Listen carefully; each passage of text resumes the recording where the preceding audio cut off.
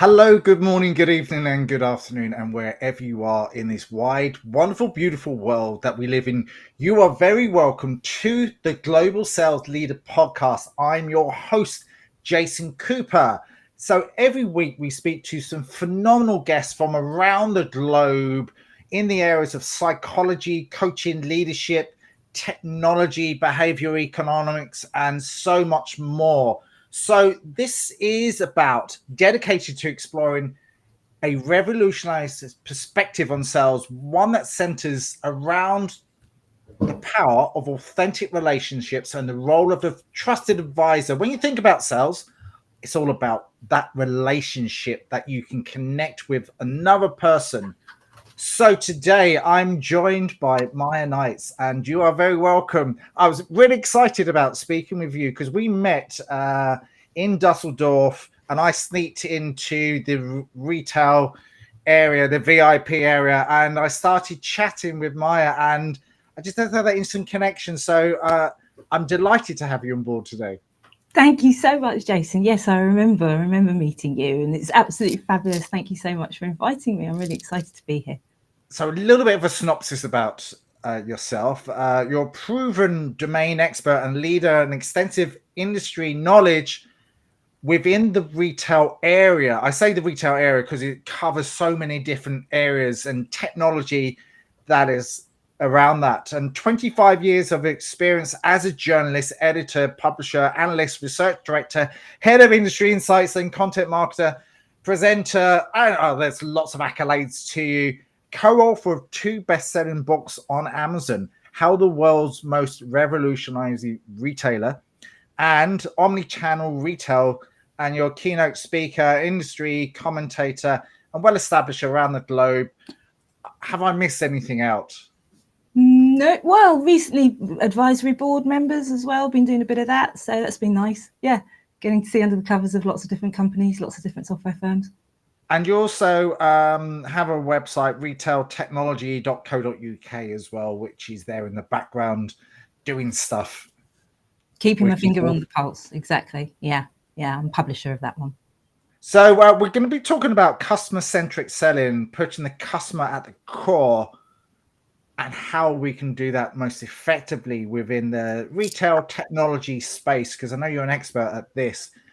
But before we go any further, how did you get into what you're doing? Because I'm always curious about where you got into it and where you are now. So I studied English at university, decided I wanted to be a journalist coming out of university. Found it very hard because I didn't actually do an NCTJ, a national journalist accredited course. So I ended up copywriting for a firm that did just loads and loads of tech, covered lots and lots of internal tech, like their little magazines and their websites and things like that back in the day. I mean, literally back in the day. Desktop publishing that was, on beige Apple Macs and beige little square Apple Macs and things. But I was proud to say I interviewed Henning Kagerman of SAP. I interviewed quite a few famous people, and did some really, really interesting work with Unisys, if anyone remembers that. Ep7000 servers. That's how far back I go. But that enabled me to get my first journalism job, which led me to editing retail technology, which led to me getting into analysis because, frankly, tech coverage is a lot to do with taking the temperature of either the consumer or the retailer or the vendor that supplies the technology. And I wanted to go under the covers. I wanted to see, what's involved in these surveys that you keep asking me to cover as an editor. So I joined IDC, but that's a tech market research firm, bean counting servers and software licenses. It's not a retail market research firm looking at tech. So I swapped and I went to Planet Retail RNG, now known as Edge by Essential. And that's where I met I was Global Technology Research Director there, and I met my co-author on Amazon, Natalie Berg. And that just wrote itself. I mean, she sat me down, she'd written a book about Walmart, and the publisher said, would you like to do a second edition? And she went, nah, I think I'd prefer to do Amazon, which is right on the money. And she sat me down, she said, I can talk about the consumer stuff, because she was Consumer Research Insights Director at the time. but I don't really understand the tech. And I was like, oh, all right, well, actually, Amazon is a technology company first and a retailer second. They were the elephant in the room at the time, with all the brands and all the retailers and all the vendors that we spoke to. And it just wrote itself. She wrote about consumer demand and changes in trend from that perspective, and I wrote about how. So she writes about what they do, and I wrote about how they do it. And that led me to meet Tim Mason, who launched Clubcard. Interesting point about that: 25 years anniversary just gone. 1995, Amazon IPO'd, and Tesco launched Clubcard, which was the first mass grocery loyalty scheme. And he was CMO at the time, marketing director under Terry Leahy, who went on to be CEO. I think everyone remembers that. And he was deputy CEO. And so he had a wealth of experience. And when he said, come and work for my firm and write my book, it's like, yeah, absolutely. I'd love to learn from, an absolute stalwart retailer who's now of course as well. So that was omni-channel retail. Essentially, how to build winning stores in the digital world. Unfortunately, it has tended to mean I'm a bit of a poster child for what omni-channel means, love it or hate it. But that was at the insistence of the publisher. They were like, yeah, we love the fact that it's a Marmite word. It will spark debate. So, yeah, I've had to debate on that a few times. And, doing that and the success through those has led me to do all sorts of things. So I think we're bang up to date, really. Wow. Lots of eclectic backgrounds there. And I'm fascinated with that. Always analysing. I mean, I think when you read my awful LinkedIn bio, it's just around B2C. It's how do businesses sell to consumers. And, I went to a conference years ago and someone said, it's all B2B2C at the end of the day. This was sort of moved from green screen to early sort of web-based ordering and so on for B2B companies. And they said, we're all just consumers at the end of the day. So getting used to this intuitive, always on capability with retail and e-com and shopping, why don't we have that capability in terms of, ordering for stock and all those other things as well? So it is all B2B2C. So I think, wherever we go in this conversation, retail will have a bearing on it. But I think it's our evolution as consumers that's really kind of moved the dial in terms of how we sell. So when we talk about that and the technology there, where does the person stand and how we can effectively communicate with the end user?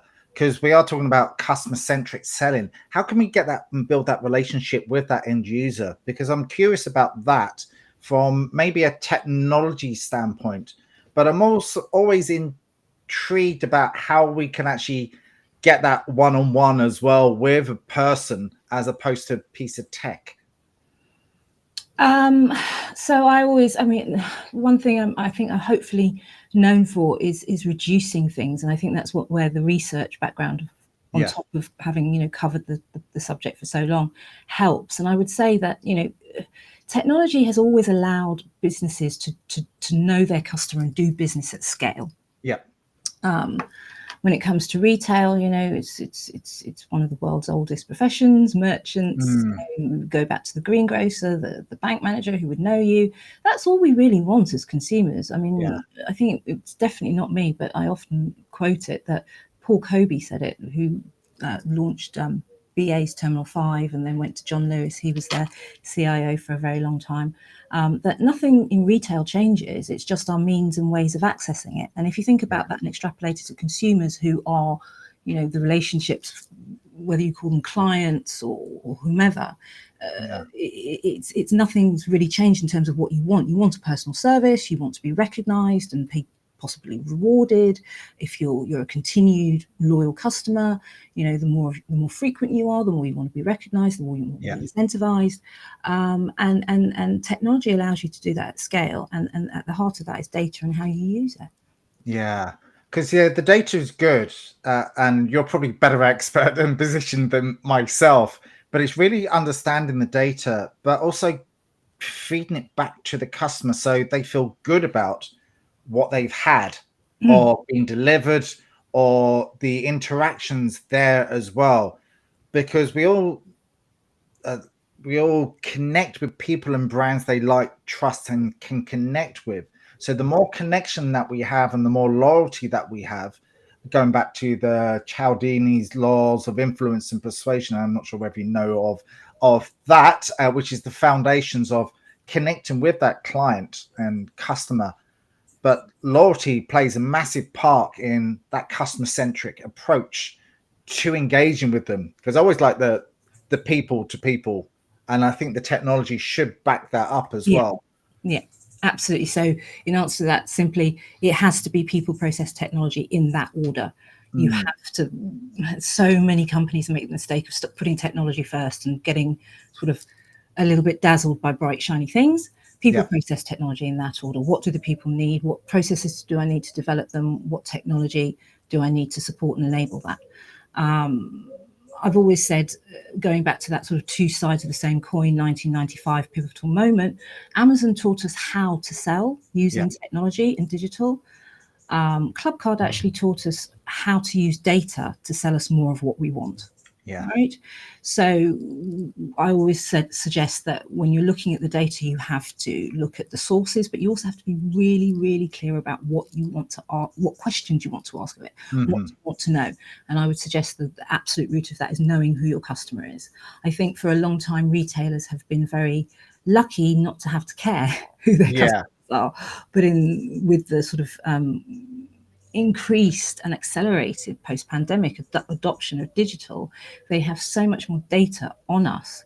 Even from a B2B standpoint, there is so much data swimming around about the transaction and the relationships related to that transaction, whatever it might be, whether it's billable or just one-off or on invoice or wholesale, whatever it might be. There's so much more data about it. You've got to be really, really clear about what you want to know, and you really want to know, not just know your customer, but know who your best customer is. That's what I learned from Tesco's and Clubcard. Know who your best customer is and use that data to go out and find more like them. Use that data to run your business better for it. So I'm going to streamline my business just to serve those bits, and then I can make a tactical decision as to whether or not I want to go and acquire more customers. And then I have a better sort of roadmap as how to incentivize frequency and loyalty in those customers by matching what I do or adapting what I do with my best customers. I think that tends to be the biggest sort of challenge, I think, for retailers or for any businesses. It's really identifying what questions you want to ask of it. I would say, for example, if you look at retail and take sectors, does a shirt maker need to know your inside leg measurement? Probably not. Does grocers tend to need to know quite a lot about you because you buy a vast variety of different types of goods from them. But I think maybe from a pure B2B standpoint, you are engaged in something that is very direct. And so you can actually be really, really, really laser focused on what it is you need to know about that customer and need to identify that best customer. And then you can start to come up with ideas about how to nurture that customer. That's got to be, the way forward in terms of the way technology is used at the moment. So using technology now, and like we know that AI has been around for a good few years now, and I think Amazon were maybe at the forefront of that. Because they're recommending something else that you just bought, which is something else that maybe your friends have bought as well, and using the AI in there. And I know LinkedIn have been using it for a while. So how everyone's talking about it now, and there's lots of scare things going on, but I think it has to have that human-centric approach to it. So what's your opinion on how we can utilize AI to make the customer-centric approach even better? Because you talk about razor like focusing in on the best customer, but how can we use the latest AI or whatever technology that we have to improve that? Ooh, that's a big question. I know it's a massive question. It's a massive question that's always been on my mind. So if I take a step back, I would say you referenced Amazon's recommendations, and that's really early cross-sell, upsell, kind of quite basic. I would suggest, Amazon's always gone for the lowest hanging fruit. I wouldn't say they are necessarily the most innovative company out there now. Things like social media and TikTok and selling online, selling socially and so on, really in terms of immersive and engaging, using immersive engaging content, using really complex algorithms to serve you that content. You know, I think it was only about last year when people were jumping up and down and saying, oh, Amazon's putting video, they're putting live streaming, they're putting shopping, live shopping on there. And it's like, yeah, okay, but, you know, it was very basic machine learning. And it's, you know, that's kind of like the baseline. Amazon's taught everybody the baseline in terms of what customer expectations are in terms of choice and convenience and ease of search, and even display mechanisms, the 3 bars at the top, you know, all these kinds of things, these the page furniture that we're all used to when we visit websites nowadays. It was kind of established through businesses like Amazon. But where we've got to now, and I think the reason why we're talking about AI so much more is we're talking about in retail. I tracked AI then sort of becoming more predictive, and that's where we got to there, and that's where we are in terms of forecasting and replenishment, and in the supply chain you're seeing that being used a lot. I would say in the last 2 to 3 years, in terms of B2B or B2C, we're seeing AI used more in customer-facing functions, client-facing functions, helping to manage and triage customer queries, and you know, helping service desks, for example. The rise of the chatbot, for example, on or click to talk as another example. But now it's generative AI, and that's what, you know, ChatGPT, that's what everyone wants to know about. And I think we're starting to see that being used in a very sort of you know, productivity focused way. All I can speak really authoritatively to is what retailers are going through right now across the world, and wage rises, wage inflation versus cost of living crises means they are really having to make some tough choices about workforce efficiency and how automation can help to balance that. And without, I mean, that's like a little bit of an equation, equals no drop in level of customer service, or potentially, you know, increasing levels of customer service using different types of technology like chatbots, for example, would differentiate on levels of customer service. So, and with generative IT, I mean, AI, you can see some really good advancements in terms of the quality of imagery, the quality of tagging, metadata, accuracy, for example, if you're an e-commerce company, being able, I always say, the final thing I'll say is that right now, when it comes to predictive analytics and generative AI, it will help businesses move faster, do business faster. Yeah, that's what I thought. At a potentially lower cost. And I'm afraid that does mean that we are going to have to rebalance some of the more manual, labor-intensive tasks with some robots and some, you know, some automated systems. But I think where it has the real impact right now is at that management level, to enable companies to manage by exception. And that goes back to my point about technology enabling you to do business at scale. So you train AI models to be able to tell you where I should be looking across the world, whether it's my freight system in my supply chain, or my replenishment systems into stores, or whatever it might be. I think that's where it really has the power to revolutionize, as well as in terms of, from a customer facing perspective, what you see, how you see it, how, you know, the quality of that customer experience, and when you're interacting to try and sell something digitally, both physically in person as an aid, and self-service if you're online or on mobile. And I suppose the technology behind the scenes will just make things more efficient and streamlined and cutting time down. And I was just, while you were speaking, I read an article many years ago about 100 years ago, people were knitting, and probably a little bit longer than that, they were knitting stuff and in a clothesline. And then they created these woolen mills, and everyone was panicking because it would cut down the jobs and it cut down everything else. But what they did was make things more efficient by doing it on bulk and on scale. and everyone had that scared approach to that, and that was 150 years ago or whatever. And technology just keeps moving on, and everyone panics because something else replacing something else. But there must be something else to create more jobs on the back of it, whether it's more when you have the bots, then you get past the bot, then you do speak to a person, which is from anyone's perspective, is you do need to speak to someone at some stage and carry on that relationship forward, which is, I think, it's the most impactful thing that we can do once you get past the technology, is to speak to a person. Wow.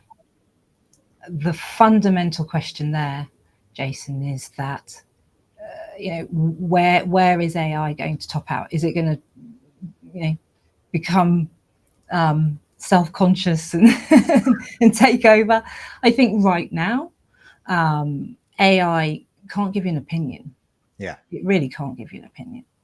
And I think AI is always going to need. I remember Google saying, we're using the most sophisticated AI algorithms. But they then sort of say it's human-assisted AI.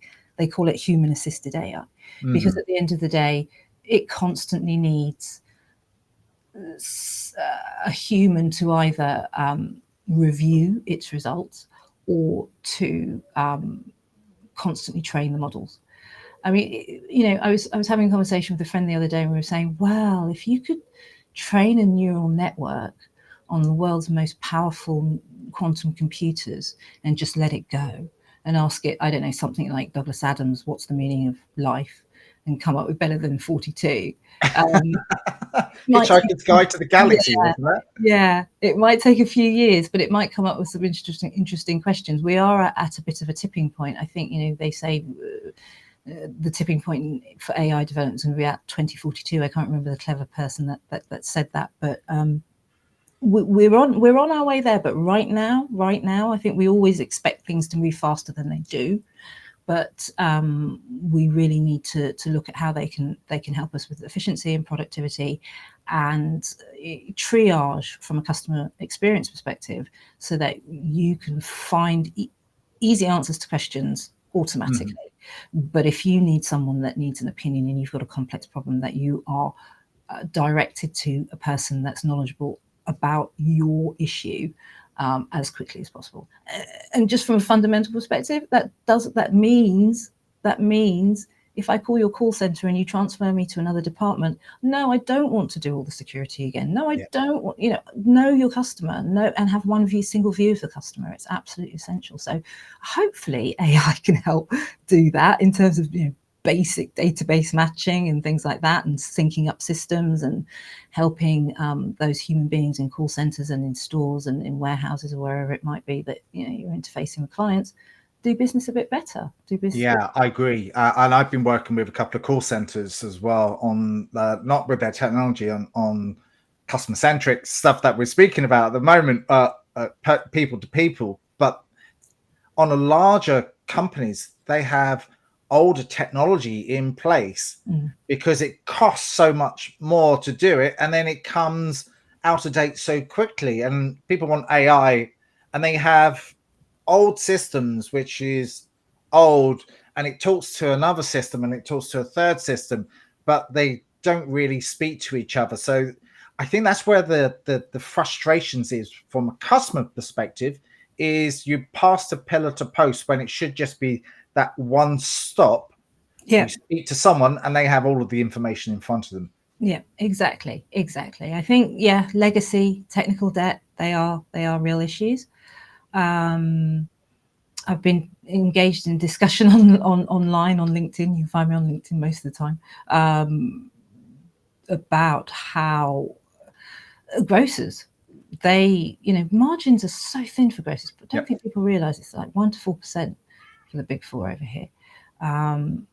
They currently spend about 1 to 2, maybe 2.5% of their revenue on IT, and they really need to be spending more like 5 to 6% on IT.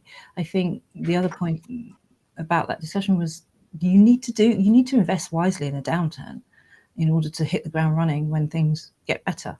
And it's, the use of technology in that respect in regards to selling stuff, it has been really, it's become even more important post-pandemic. You really have to know your onions in that respect.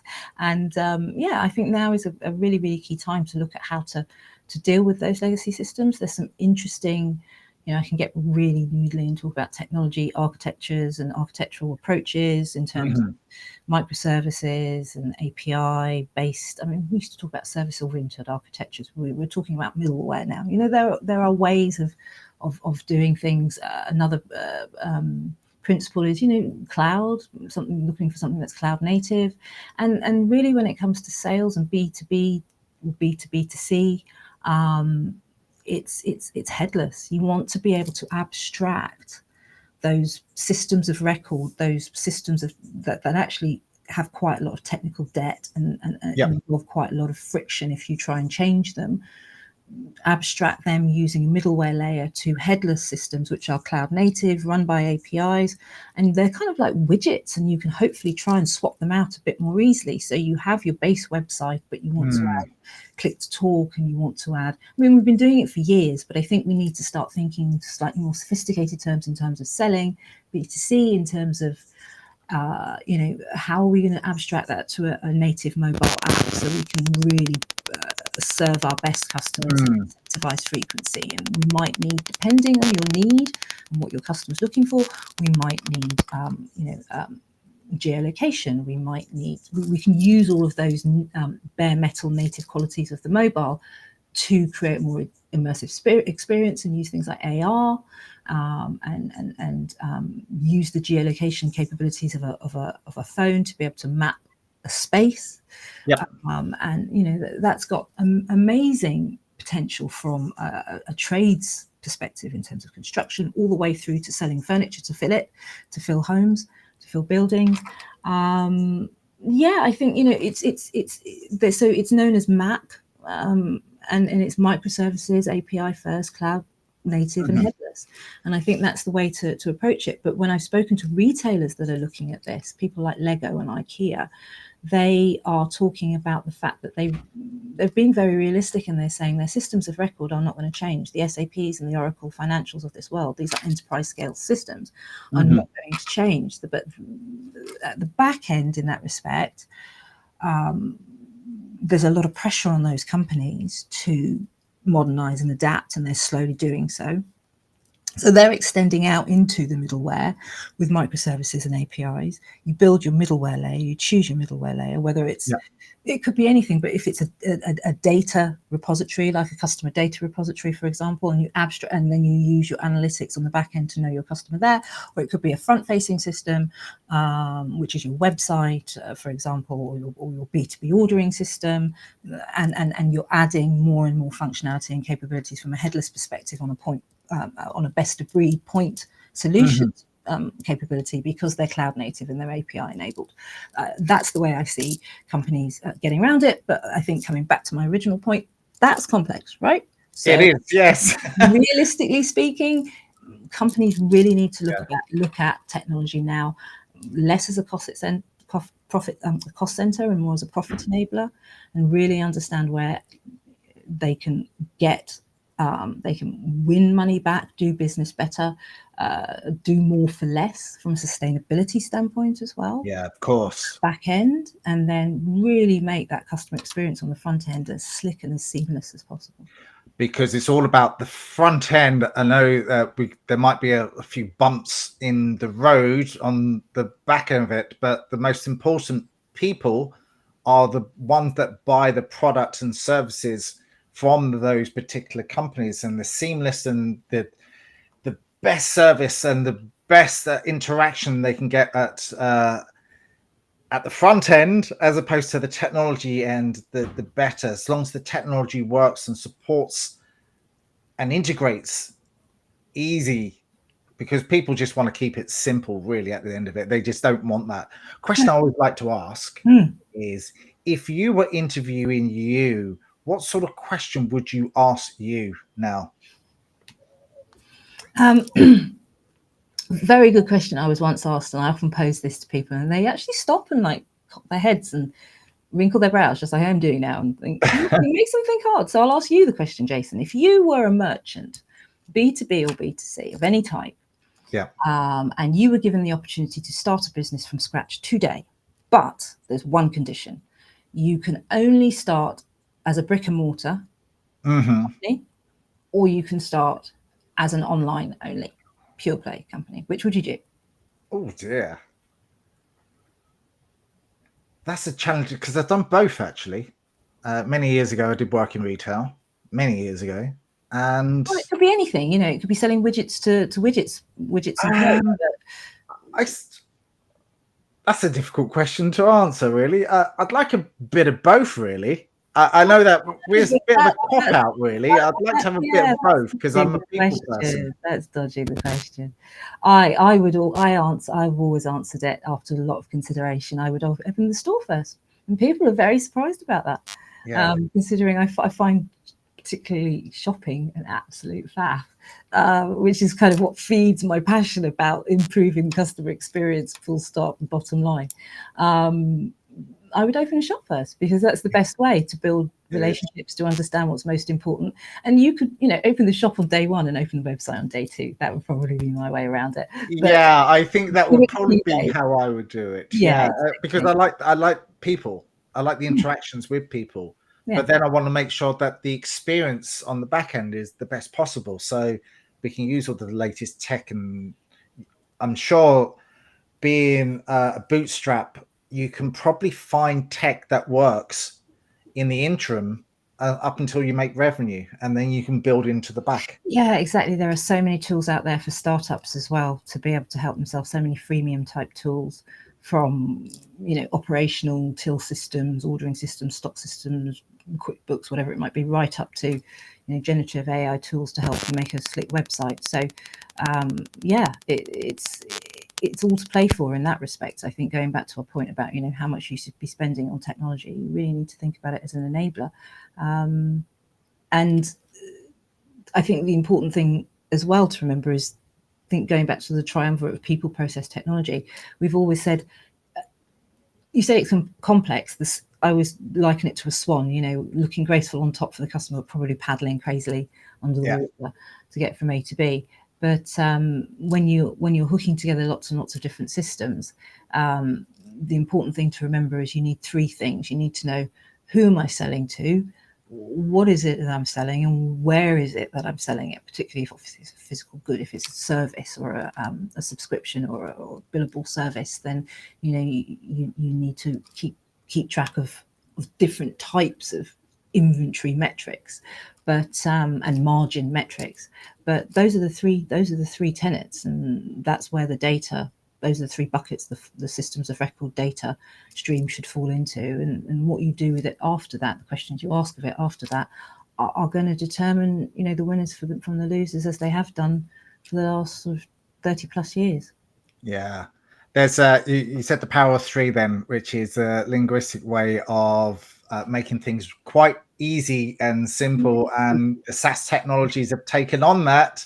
The politicians have taken on that, and the presenters of the world always takes the power of three, and I think it's just hugely powerful. Just keep things nice and simple. And I was reading in a book the other day on decision making, and they were saying, when presented in a retail store, if you keep things quite simple, it's really easy for the brain to make a decision on a purchase, and that's online as well as in the physical stores. Grocery markets are probably slightly different, but there was a study that I read about, I think it was Lidl or Aldi or one of them. What they did, they just wanted to do everything for the customer, but once they simplified it, it made it so much easier for the people to buy easily and quickly. And I think once you have that approach to that, and it might be going off a little bit of tangent here, but that's just the way my brain works. But I'm fascinated from your perspective. Well, I mean, it reminds me when I was writing Tim Mason's book. It was great watching the dynamic between him and Sir Terry Leahy, when we sort of did a double-headed interview with him for the book. And he spoke about the fact that he noticed sort of in the early 90s in Tesco's, people were kind of confused. There was so much choice. Yeah. And he admitted that that was kind of from ad funded bloat. So so many brands wanted to, get the best position and add their range and so on.